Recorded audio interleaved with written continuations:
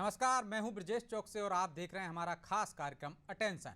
और अटेंशन में चर्चा होगी उपचुनाव का शोर, तैयारियों पर जोर। लोकसभा चुनाव निपटते ही अब उपचुनाव का शोर सुनाई देने लगा है। प्रदेश की कई सीटों पर उपचुनाव होने हैं। फिलहाल अमरवाड़ा सीट के लिए तारीखों का ऐलान हो चुका है। वहीं इन चुनाव में को जीतने के लिए बीजेपी और कांग्रेस ने तैयारियां भी तेज कर दी हैं। सोमवार को बीजेपी की बैक टू बैक 3 बैठकें हुई जिसमें चुनाव को लेकर मंथन हुआ। वहीं कांग्रेस ने भी इन उपचुनाव को जीतने के लिए एड़ी चोटी का जोर लगाना शुरू कर दिया है। विजयपुर सीट को जीतने के लिए 6 दिग्गजों की टीम बनाई गई है। लेकिन अब सवाल यह है कि क्या पिछली हार से सबक लेकर कांग्रेस उपचुनाव में अपनी रणनीति बदलेगी? आखिरी इस बार किसकी तैयारी किस पर भारी पड़ेगी? आज इन्हीं सवालों को लेकर चर्चा करेंगे, लेकिन पहले देखिए ये रिपोर्ट।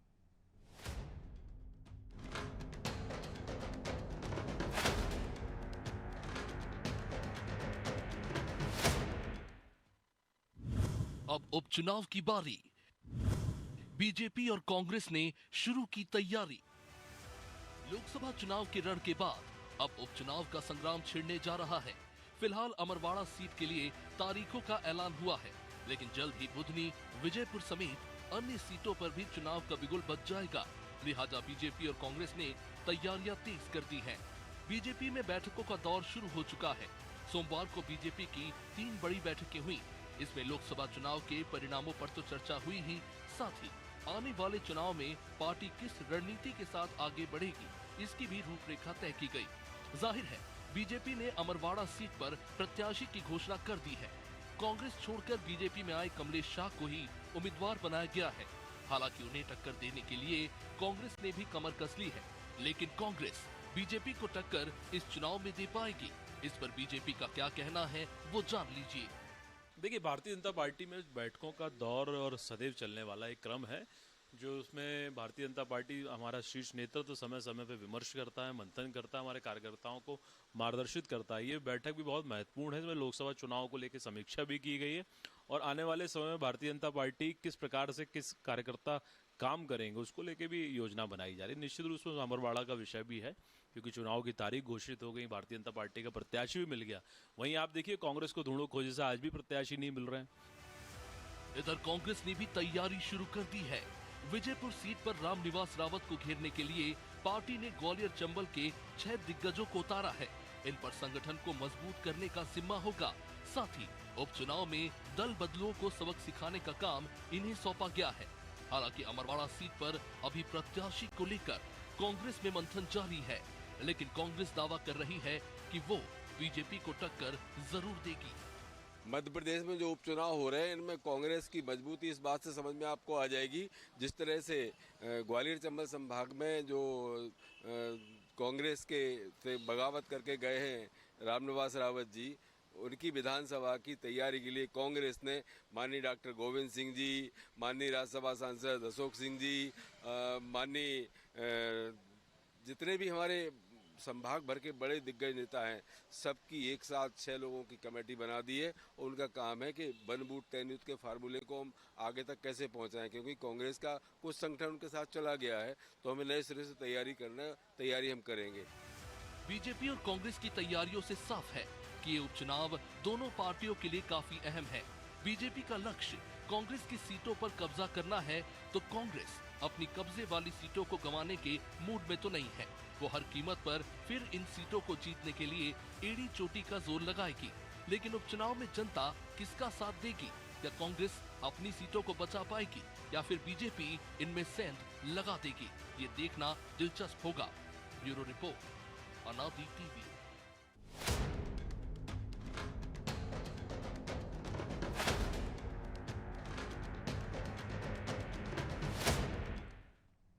तो इस मुद्दे पर चर्चा के लिए हमारे साथ जुड़ गए हैं वरिष्ठ पत्रकार दिनेश गुप्ता और हमारे सहयोगी प्रभु पटेरिया। गुप्ता जी, बहुत बहुत स्वागत है आपका अनादि टीवी पर। अमरवाड़ा में चुनाव होने वाले हैं और कल मुख्यमंत्री नामांकन दाखिल कराने जाएंगे, लेकिन अभी कांग्रेस के उम्मीदवार का पता नहीं है। वो विजयपुर पर ज़्यादा फोकस कर रहे हैं कि वहाँ पे 6 सदस्यीय कमेटी बना दी है उन्होंने और विधानसभा स्तर पर, बूथ स्तर पर मजबूती के संगठन के उस दिशा में काम कर रहे हैं। तो क्या ऐसे में आपको लगता है कि कांग्रेस टक्कर देती दिख रही है या टक्कर दे पाएगी, या उसे अपनी रणनीति में बदलाव करना चाहिए? नहीं, दो अलग अलग चीजों की बात हो रही है ब्रजेश जी। एक बात है अमरवाड़ा की, जहां बीजेपी का उम्मीदवार जा रहे हैं, सीएम पर्चा भर रहे हैं और कांग्रेस का कैंडिडेट नहीं है आया। तो कांग्रेस को तो अल्टीमेटली जो कैंडिडेट, तो अब उनको घोषित कर रहे हैं, आज रात तक करें कल करें, वो तो करना है उनको। अमरवाड़ा का जो महत्वपूर्ण चीज है वो ये है कि कमलनाथ का रोल कितना रहता है, क्योंकि जो भी कांग्रेस पार्टी की अभी मौजूदा सियासत है उसमें कमलनाथ रिलेवेंट है नहीं है, अपने छिंदवाड़ा में वो किस तरह से पार्टी उनको लेती है, उन पर ही निर्भर रहती है हार जीत के लिए, या पीसीसी ये कहती है कि नहीं कमलनाथ जी आप हटिए, हम आपके इलाके में हम लड़ेंगे। तो वो ज्यादा महत्वपूर्ण होगा, क्योंकि देखिए जो चीजें होती है ना, आप लोकसभा चुनाव में भी रिलेवेंट हमने इसलिए देखा। किया था मैंने गुप्ता जी कि इधर तो चुनाव अभी हुए नहीं है, उधर तो तारीखें घोषित हो गई हैं, तो क्या वहां पर पहले मेहनत नहीं करनी चाहिए थी? या जो आप कह रहे हैं कि कमलनाथ पे ही छोड़ दिया, असमंजस में है क्या कांग्रेस? नहीं देखिए, इसीलिए तो मैं कह रहा हूँ कि उन्होंने जो कमलनाथ की इसीलिए अमरवाड़ा पे मैं आपको डिटेल में बता रहा था, इसीलिए कमलनाथ का जिक्र कर रहा था कि कमलनाथ वो अमरवाड़ा पे कांग्रेस क्यों नहीं कर रही। हम्म। वही, इसीलिए उसकी बात है ये, क्योंकि वहां कमलनाथ जुड़े हुए वहां, हम्म। और विजयपुर में कमलनाथ नहीं है। यदि जो है जिस तरह से आप अमरवाड़ा के इलेक्शन आप देखिए कि जैसे ही लोकसभा खत्म होता है अमरवाड़ा का चुनाव घोषित हो जाता है, कांग्रेस तो संभलने का मौका ही कहाँ मिला उसको। तो बीजेपी तो वैसे भी 29 सीटें जीती हुई है, तो उसको ज्यादा समस्या नहीं है। कांग्रेस को समस्या है ना, कमलनाथ बहुत हताशा में है, उनको जो है उनकी क्या अभी मनोस्थिति है, वो किस तरह से चुनाव लड़ाना चाहेंगे नहीं लड़ाना चाहेंगे। कांग्रेस के नेताओं का जो प्रेजेंट लीडरशिप है उनका कमलनाथ से डायलॉग कैसा है, जिसके कारण ये डिले हो रहा है, कैंडिडेट विनिंग कैंडिडेट होगा कि नहीं होगा। फिर आती है बात विजयपुर की, विजयपुर ही अकेला क्यों आना चाहिए? फिर तो जो शिवराज सिंह चौहान है उनका भी आना चाहिए। विजयपुर से तो अभी इस्तीफा भी नहीं हुआ, बीना से भी और आना कैसे चाहिए। पता है कि बिना नहीं, और अभी अब ये इस्तीफा दे रहे हैं या नहीं दे रहे हैं, हम्म। ये कहाँ पता है अभी। ऐसा ना हो कि वो सचिन बिरला जैसी स्ट्रेटजी हो इनकी कि रामनिवास रावत तो इस्तीफा देने की हिम्मत ही नहीं कर पा रहे, मालूम हुआ। वो कह रहे हैं कि साहब ऐसे ही चलाओ आप हमको 5 साल, कांग्रेस याचिका लगाए भी तो भी रखे रहो। तो जो है पहले वो इस्तीफा तो दें, उसके बाद सारी स्थिति है। आप बुधनी में भी चुनाव होना है, फिर बीना भी इस्तीफा देंगे, फिर एक चुनाव नहीं होगा, 3-3 चुनाव होंगे। तो ये भी देखिए ना कि चुनाव आयोग को कितनी जल्दी थी कि वो थोड़ा सा वेट कर लेता तो सारे इलेक्शन एक साथ हो जाते जो इस्तीफे होते। कम से कम शिवराज सिंह चौहान का तो इस्तीफा होता ही ना, वो तो विधायक से सांसद बन ही गए थे। लेकिन तो ये भी तो भी कह एक सकते हैं ना गुप्ता जी कि बीजेपी वालों को इतनी क्या जल्दी थी कि अमरवाड़ा वाले से आपने कमलेश शाह से इस्तीफा दिलवा दिया, 2 से नहीं दिलवा रहे हैं, उनको भी रोक तो लेते। ये भी कह सकते हैं। तो कमलेश शाह की नैतिकता की तारीफ करना चाहिए ब्रजेश जी यहाँ, जी। कि उन्होंने कम से कम इतना मोरल तो उनमें था कि उन्होंने जो दल जिससे वो चुन के आए थे उसको छोड़ दिया। राजनीति में ऐसे लोगों की सराहना करने की जरूरत होती है। मतलब यदि विजय ये रामनिवास रावत या निर्मला सप्रे जैसे लोग जो दल छोड़ते हैं और अपने दल के खिलाफ काम करते हैं और इसके बाद भी पद पे बने रहते हैं, तो ऐसे लोगों की तारीफ बिल्कुल नहीं होना चाहिए। और इन्होंने बिल्कुल जो है, यदि आपने छोड़ा है तो आप छोड़िए ना, आप अपने उसके साथ जाइए कि तब हम इससे भी जीत के दिखा देंगे। तो कांग्रेस में यदि विजयपुर की तैयारी हो रही है तो विजयपुर की तैयारी वो सारे लोग कर रहे हैं जिन्होंने रामनिवास रावत ने जिनको नुकसान पहुंचा है कहीं भी किसी भी जगह। कांग्रेस में तो ये जो राजनीति है खुली होती थी, अब इस बार तो सब मिलकर रामनिवास रावत से निपटना चाहते हैं, हो सकता है इसीलिए उन्होंने इस्तीफा नहीं दिया हो। इसीलिए कांग्रेस कह रही हो कि आ जाओ हम आपको घेरते हैं, कैसे करते हैं, क्योंकि वहां तो मुरैना और भिंड की सियासत तो अलग तरीके से चलती है ना, तो वो उसी तरह से चल रही है। और ये आदिवासी इलाके की सियासत का टेस्ट बिल्कुल अलग होता है। वो यहाँ तो पता नहीं रहता, मालूम हुआ कि कमलेश शाह ने दल तो छोड़ दिया, लोकसभा भी जीत गई भाजपा, और विधानसभा में मालूम हुआ कि फिर आदिवासी कांग्रेस के साथ चला गया। तो वो भी बीजेपी के लिए तो बड़ी किरकिरी वाली बात हो जाएगी, क्योंकि जब हमने देखा था इधर डबरा में क्या हुआ था, वो हार गई थी इमरती देवी, उपचुनाव भी हार गई और आम चुनाव भी हार गई, कांग्रेस की टिकट पर ठप्पे से जीतती थी वो, क्योंकि वो कांग्रेस का वोटर था। तो अब ये जो है ना, अमरवाड़ा में चिंता इसलिए बीजेपी की ज्यादा है कि पता नहीं रहता आदिवासी इलाके में क्या हो जाए। इसलिए अब वहां तो बीजेपी का स्टाइल है, हर बार बड़े बड़े नेता जाते हैं, हर चुनाव में जाते हैं, कोई नयापन तो उसमें है नहीं। और जनता को भी ठीक है, अब जीत गए, और यदि उपचुनाव में जीत भी गई तो जो है वो मंत्री बन जाएंगे कमलेश शाह, उन्होंने एक जो है त्याग तो किया ही है। तो प्रभु जी, बीजेपी को ज्यादा चिंतित है हम इसलिए चिंता भी होनी चाहिए कि उन्हें इस्तीफा दिलाया है तो जीतना भी चाहिए, लोकसभा भी जीत गए हैं। शायद इस वजह से वो ज़्यादा मेहनत कर रही है। और कांग्रेस में एक तरह से असमंजस है कि कमलनाथ पर ही पूरा दारोमदार छोड़ा जाए या कुछ अपनी तरफ से किया जाए, या कमलनाथ इतने मजबूत हैं अभी भी कांग्रेस में कि कांग्रेस का जो नेतृत्व है, प्रदेश नेतृत्व, वो वहाँ जाकर दखल देने की हिम्मत नहीं जुटा पा रहा है। निश्चित तौर पर वजह से दिनेश जी ने भी वही कहा कि वहाँ पर कांग्रेस में छिंदवाड़ा में कमलनाथ का रिलेवेंस कितना है ये देखना महत्वपूर्ण होगा। और शायद कांग्रेस कमलनाथ पर ही छोड़ना चाहती है, क्योंकि 29 सीटों में जो हार का ठीकरा लगा है प्रदेश कांग्रेस के नए नेतृत्व पर, वो चाहता है कि इसमें भागीदारी करने के लिए कोई और चेहरे आ जाएं सामने। क्योंकि जिस तरीके से उस नेतृत्व पर भी सवाल उठ रहे हैं, जिस तरीके से लगातार विवेक तनखा बोल रहे हैं या लक्ष्मण सिंह बोल रहे हैं, बदलाव की बात फिर से उठने लगी है, तो उसको देखते हुए चूँकि कमलनाथ का गढ़ रहा है वहाँ पर, कमलनाथ 44 साल से वहाँ पर जीतते चले आ रहे थे। कमलनाथ ही वो व्यक्ति हैं जिनके दम पर वहाँ पर लगातार 2 चुनाव में 7 की 7 विधानसभा सीटें कांग्रेस वहाँ पर जीती। तो निश्चित तौर पर वो पूरा दारोमदार वहाँ कमलनाथ पर ही कांग्रेस छोड़ती हुई दिखाई दे रही है। इसीलिए उनने अभी तक प्रत्याशी चयन में भी देखिए किनको वहाँ का जो चयन के लिए जिनको पर्यवेक्षक बनाया वो दोनों कमलनाथ से जुड़े हुए रहे, चाहे सुनील जायसवाल हों चाहे वो सुखदेव पांसे हों, उन्हीं को वहाँ का जिम्मा दिया। तो वहाँ जो दूसरी तरफ विजयपुर में भी जिन लोगों की कमेटी बनाई वो सब सीनियर है, चाहे गोविंद सिंह जो वो हारने के बाद दिनेश जी ने बताया है कि वो वहाँ पर सब पुराना हिसाब चुकाने के लिए जा रहे हैं, सब तैयारी करने के लिए वहाँ गए कि जो रामनिवास रावत से कोई पुराना हिसाब उनका बकाया है सबका, तो शायद वहाँ पे उसकी कोशिश में लगे। ताज़ा बकाया तो सतपाल का ही है ही जी। तो ये स्थिति वहाँ पे दिखाई दे रही है। लेकिन निश्चित तौर पर छिंदवाड़ा को बिल्कुल अलग रख के देखा जाना चाहिए। कांग्रेस की चिंता जो होनी चाहिए, कांग्रेस की चिंता बुधनी को लेकर होनी चाहिए, जो सीट सामने खाली होती हुई दिखाई दे रही है। विजयपुर में जैसा कि दिख रहा है, हमने लगातार देखा कि एक जतारा से विधायक थे कांग्रेस के अहिरवार, दिनेश अहिरवार, वो जो है पार्टी छोड़ के बीजेपी में शामिल हो गए, लेकिन वो पूरा कार्यकाल उन्होंने कांग्रेस के बैनर पे ही चलाया। वो हालांकि वो थे बीजेपी में, कांग्रेस ने उनको पार्टी से निकाला ना उन्हें इस्तीफा दिया। सचिन बिरला का उदाहरण सामने है हमारे पिछले कार्यकाल विधानसभा का, कि वो भी लगभग ऐसे ही चले। तो ये दोनों जो विधायक हैं, चाहे रामनिवास रावत हो या निर्मला सप्रे, क्या उसी स्थिति को जा रहे हैं, ये देखने वाली बात होगी। उन्हें यदि खुद होकर इस्तीफा नहीं दिया है तो कांग्रेस ने अभी तक उनको पार्टी से निकालने या विधानसभा से उनकी सदस्यता खत्म कराने के लिए कोई प्रयास क्यों नहीं किया, कोई चिट्ठी क्यों नहीं लिखी, ये भी अपने आप में सोचने वाला विषय है। क्या वो भी इंतजार कर रहे हैं कि वो लौट कर आ जाएँ, क्या वो इंतजार कर रहे हैं कि पहल उनकी तरफ से हो? ये सारी चीज़ें यहाँ पर अभी समीकरण है। लेकिन कांग्रेस ने जिस तरीके से विजयपुर की तैयारी शुरू की है, तो शायद ये एक अलग संदेश देने की कोशिश है। उनको तैयारी बुधनी की करनी चाहिए थी, जो सीट खाली हो रही है। सभी की तैयारी क्यों नहीं करनी चाहिए थी? जो अमरवाड़ा है उसको भी इस तरह क्यों छोड़ना? नहीं, अमरवाड़ा के लिए तो यदि अमरवाड़ा में जीतू पटवारी जाते हैं या और कोई नेता वहाँ प्रत्याशी करने में जाता है, यदि हार जाते, जैसा मैंने कहा, तो श्रेय हार में भी यदि श्रेय धोखे धड़ा के हार जाते हैं तो हार में भी श्रेय खोज रहे हैं ना वो, कि एक व्यक्ति और चाहिए सामने जो ठीकरा किस पर फोड़े, जो ठीकरे में शामिल हो। तो ये शायद वहाँ पर कोशिश ये होगी। और यदि जीत गए तो संगठन को तो श्रेय मिलेगा ही मिलेगा। कमलनाथ का इलाका है, वो मेहनत करें, संगठन को जो श्रेय मिलना है, फिर जीत का श्रेय तो वहाँ पर भी आएगा। तो निश्चित तौर पर यहाँ पर ये कांग्रेस की कोशिश दिखाई दे रही है।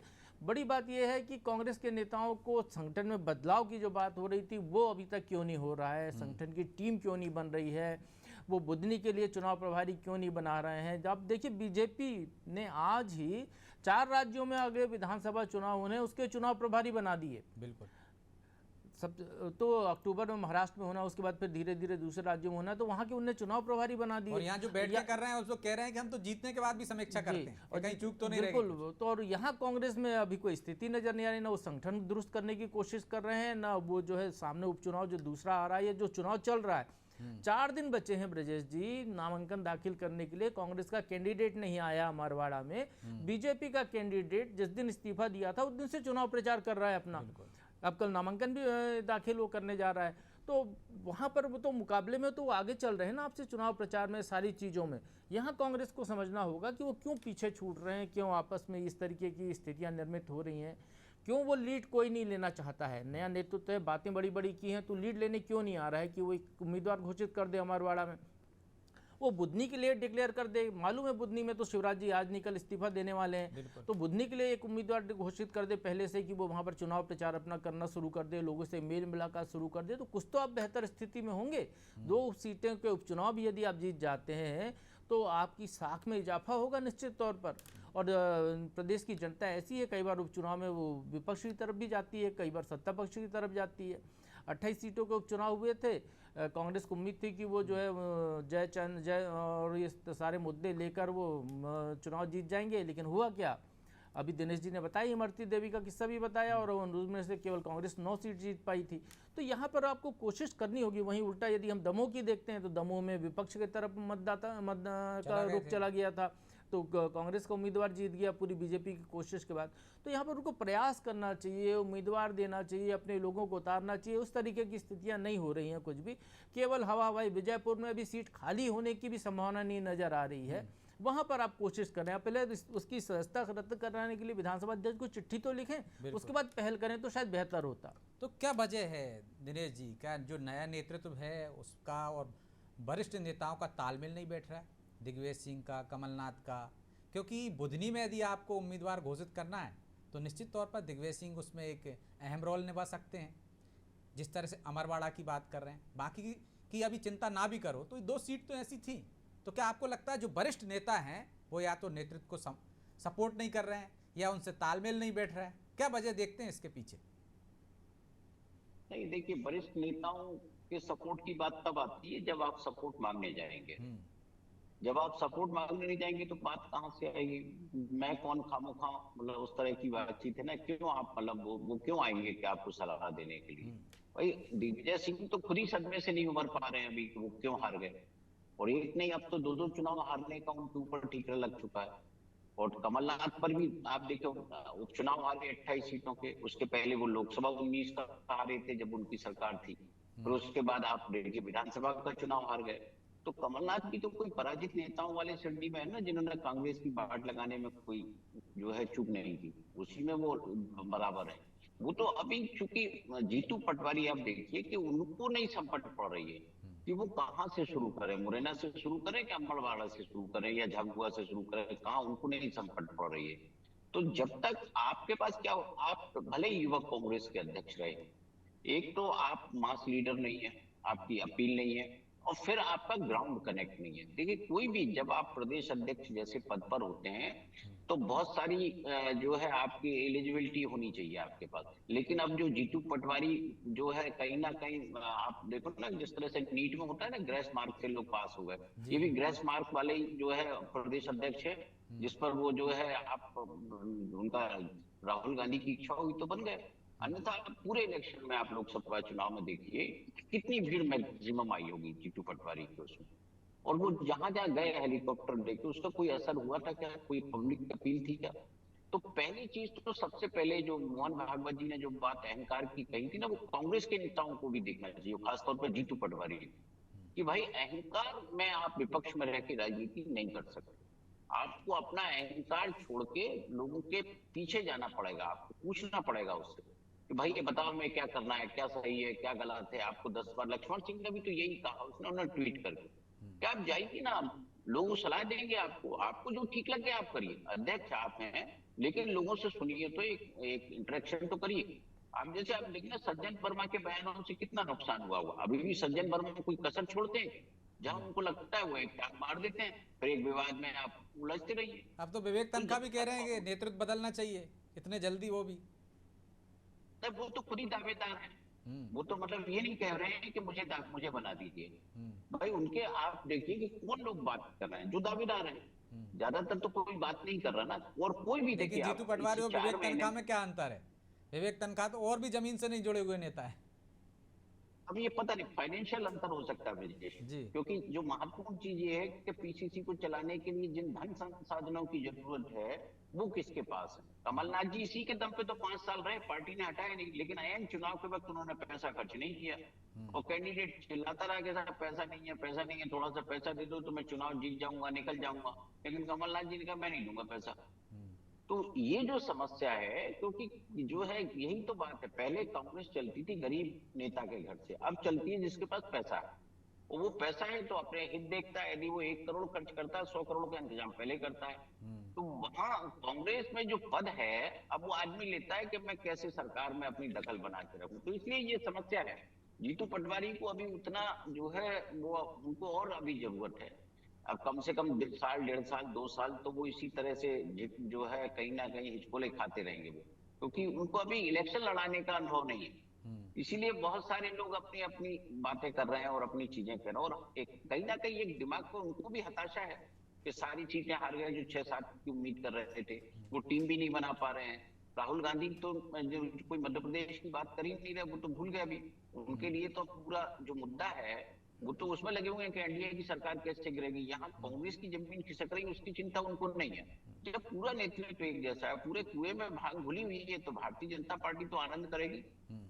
तो ऐसे में कैसे भला होगा कांग्रेस का प्रभु जी कि आर्थिक आधार पर यदि आप नेतृत्व चुनेंगे और जो नेतृत्व है वो कहीं झुकने को तैयार नहीं है, समन्वय बनाने को तैयार नहीं है, निर्णय लेने को तैयार नहीं है, तो फिर विवेक तनखा सही कह रहे हैं कि आपको नेतृत्व बदल देना चाहिए। देखिए ब्रजेश जी, नेतृत्व बदलने से भी कोई बदलाव वहाँ पर आता हुआ दिखाई दे तो निश्चित तौर पर बदलिए, लेकिन विवेक तनखा की तुलना में जीतू पटवारी चूँकि अभी अभी बने हैं अध्यक्ष, तो उनको समय तो देना ही चाहिए। लोकसभा चुनाव का जो नतीजे हैं, ये तो मध्य प्रदेश का ट्रैक रिकॉर्ड रहा है कि बीजेपी यहाँ पर कभी 27 सीटें जीती, उसके बाद 28 जीती, फिर अब की बार 29 जीत गई। इसके पहले भी देख लीजिए 2009 में ही कांग्रेस 12 सीटें जीत पाई। जब प्रदेश में कांग्रेस सत्ता में थी या यूपीए में भी सत्ता में थी तो भी कांग्रेस पूरी सीटें नहीं जीत पाई। 84 सीटों से नहीं, हम तो यहाँ प्रयास की बात कर रहे हैं ना। ऐसी गतिविधियां तो दिखें कम से कम जीतू पटवारी की कि वो कुछ पहल कर रहे हैं, कांग्रेस के भले के लिए कर रहे हैं, नेताओं के दरवाजे पे जा रहे हैं, चाहे कमलनाथ के चाहे दिग्विजय सिंह के। भैया आप ही बता दीजिए कि क्या करना है, कमेटी बनाने के लिए जतन कर रहे हूँ। देखिए बैठकें वहाँ पे भी हो रही हैं, कोशिश वो भी कर रहे होंगे, अभी नज़र सामने नहीं आ रहा। हो सकता है कि वो कुछ समय लेने की कोशिश कर रहे हो सकता है वो अपने आप को ही अपना कोई रिपोर्ट कार्ड बना रहे हों कि किस तरीके से मुझे चलना है, आगे की पूरी कार्ययोजना लेकर चल रहे हों। तो हो सकता है अभी उनकी तैयारी का दौर चल रहा हो, लेकिन एकदम से उसको खारिज कर देना, क्योंकि अभी सिर्फ 6 महीने, उनको पूरे 6 महीने भी नहीं हुए अध्यक्ष बने हुए, तो हम अभी उनको एकदम से खारिज भी नहीं कर सकते हैं कि जीतू पटवारी अगर लेकिन करना होता तो देखिए आप किस तरह से विक्रांत भूरिया को झटाझट हटा दिया उनने, खटाखट के स्टाइल में। वो एक अलग स्थिति थी चुनाव की, चूंकि उनके पिताजी भी चुनाव लड़ रहे थे और वो उनको वहाँ सक्रिय भी थे वहाँ पर चुनाव में। उनको उन्होंने इस्तीफा खुद ही होके दिया कि मेरे को वहाँ पर ज़रूरत है, तो वो स्थितियाँ अलग हो सकती हैं। अभी की स्थितियां बिल्कुल अलग दिखाई दे रही हैं। यदि कांग्रेस में यही चलता रहा, आज विवेक तनखा को बना दीजिए, अब जीतू पटवारी को हटाकर, तो कल के दिन कोई और, यदि आप अमरवाड़ा चुनाव हार गए उपचुनाव का, तो कल के दिन दूसरा एक आदमी ऐसी बयान देने लगेगा कि वो उनको हटा दीजिए, अध्यक्ष अक्षम है और नया नेतृत्व दीजिए। तो कांग्रेस में ये फिर इस स्थिति में चलता रहेगा। कहीं तो स्थायित्व उनको देखना पड़ेगा कि उसके दम पर वो चलें और आगे की कोशिश करें। तो ये यहाँ पर हम सीधे ये कहें कि नया नेतृत्व है उसको एकदम से खारिज कर दें, तो मुझे नहीं लगता ये उचित होगा। समय दिया जा सकता है उनको, असफल हों सफल हों वो बात की स्थितियाँ हैं। तो उन्हें तो समय दिया जा सकता है, लेकिन हमारे पास समय नहीं, इस चर्चा को यहीं विराम देंगे। गुप्ता जी बहुत बहुत धन्यवाद आपका। तो निश्चित तौर पर कांग्रेस को संगठन गढ़ना चाहिए, जीतू पटवारी को पहल करना चाहिए, नई रणनीति के साथ आना चाहिए। इस तरह से हाथ पर हाथ धरे बैठकर आप कोई भी मैदान नहीं जीत सकते हैं और इसका फ़ायदा बीजेपी को मिल जाएगा। हो सकता है कि जीतू पटवारी इसके लिए प्रयासरत भी हों, तो उनके प्रयास आगे आपको नज़र भी आएँ। फिलहाल तो अटेंशन में इतना ही। मुझे दीजिए इजाज़त और आप देखते रहिए अनादि टीवी। नमस्कार।